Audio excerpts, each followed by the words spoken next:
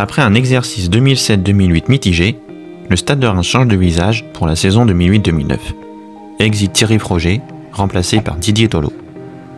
L'emblématique duo Ferret-Forêt se sépare, le premier s'engage à Nancy, l'autre au Havre. Le moins que l'on puisse dire, c'est que la mayonnaise ne prend pas.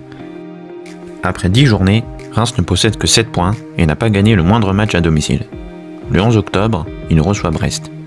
Les Bretons s'imposent 1-0, mais au coup d'envoi, un joueur brestois annoncé remplaçant est finalement titulaire.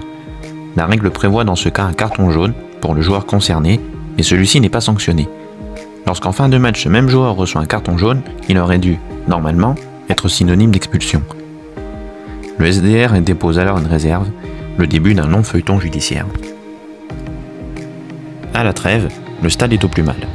Il est dernier avec seulement 12 points, soit déjà 8 de retard sur le 17e. Il a de plus été éliminé en Coupe de France par Dunkerque, pensionnaire de CFA. Jean-Pierre Caillot prend les choses en main. Luis Fernandez débarque sur les bords de Vesle pour une mission sauvetage. Cédric Forêt de retour, Sankaré et Camille Soko l'accompagnent. Le premier match de ce nouveau Reims prend des allures de triomphe, puisque les Rouges battent Strasbourg 4-1.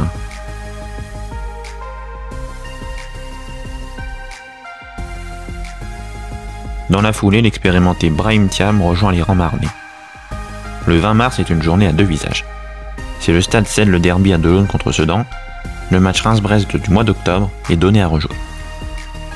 Le 17 avril, Thiam offre un capital succès au 5 contre Nîmes, dans un match qui se termine en bagarre générale. 4 jours plus tard, le tant attendu Reims-Brest est enfin disputé. Lucado est exclu dès la 31e minute, mais contre toute attente, Kermorgan et Barbier permettent au Stade de mener 3-0 à la 55e minute. Brest reviendra à 3-2, mais qu'importe. Le 11 mai marque un nouveau tournant dans cette curieuse saison. Le SDR perd 2-1 à Lens, mais un doute persiste sur une autre rencontre. En effet, Vannes, vaincu une seule fois à domicile jusqu'à présent, s'incline lourdement 3-0 face à Brest, concurrent au maintien pour le Stade. Le problème réside dans le fait que le président de Vannes possède 10% du capital du club brestois. Le hasard fait bien les choses, décidément. Quelques jours plus tard, la LFP communique les sanctions de l'après-bagarre de Reims-Nîmes. Elle suspend Takad Fred pour 4 matchs, Sankaré, Arrache et Mandane pour 3. Les Nîmois, eux, ont autant de suspendus, mais pour 2 matchs seulement.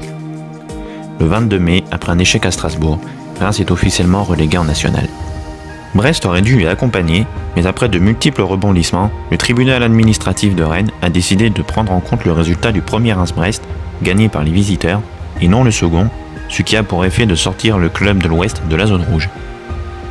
Décision arbitrale, décision de la Ligue, décision administrative, tout aura été contraire au Stade de Reims en cette terrible saison 2008-2009. Mais comme on dit, tout cela finit par s'équilibrer.